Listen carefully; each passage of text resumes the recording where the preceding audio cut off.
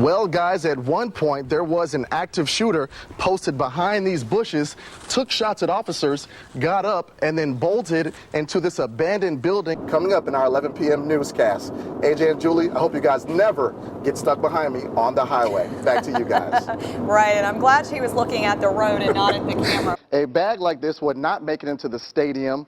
Now, a bag this small definitely will make it. Now, this one, this purse, it's not mine, by the way. Let's start off with the scene where it first started, and we're going to show you some video if we have that coming up now. It shows you what activities are good for each trail, such as walking, hiking, biking, and more. Not only will the new library have room for more books, but also provide more computers for kids who need access to the internet. After the body was discovered, the entire school was put on lockdown. Cleanup efforts are underway in North Georgia after a tornado hit 2 counties there yesterday. Well, I'm glad to hear clear skies for the rest of the night. Yeah, I'm glad you're happy about that. So am I.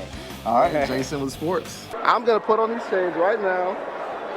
And I don't mean to make you guys jealous, but I'm going into the movie. And first of all, I'm gonna take my other new friends right here with me when I go into the movie, so.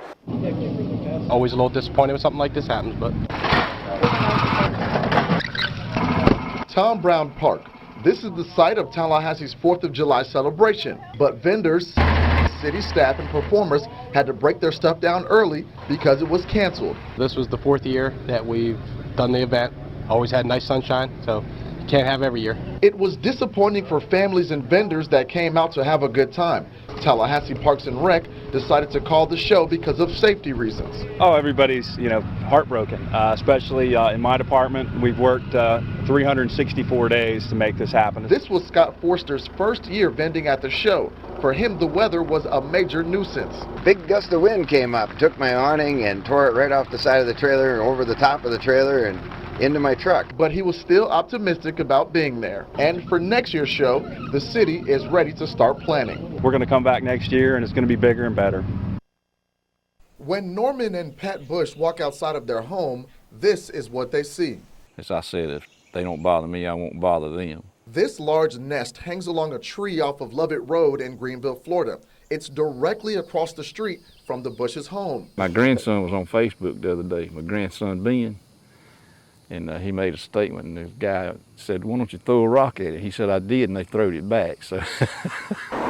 After they noticed what they believed to be a hornet's nest, fearing for their safety, they took action. Mr. Bush called on Madison County Animal Control to come take a look at the situation. They say the nest is approximately 20 feet in circumference and about the size of a Volkswagen. I want them to get rid of it ASAP.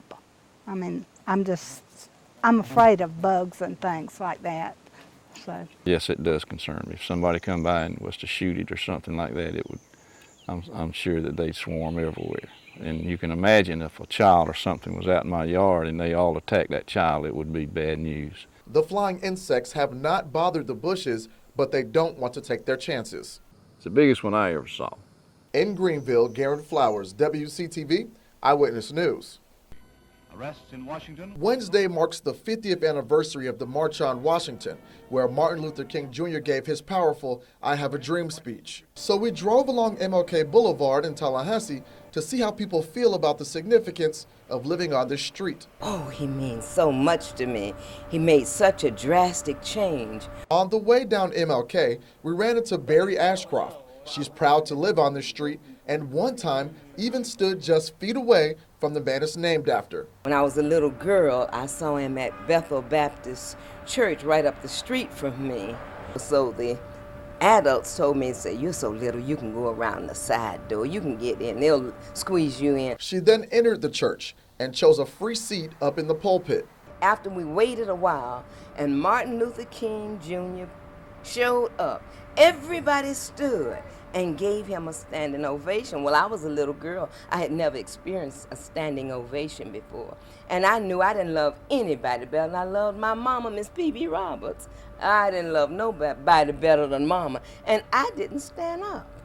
But ever since then, when I made the mistake of not standing up then, ever since then I've been standing up for him.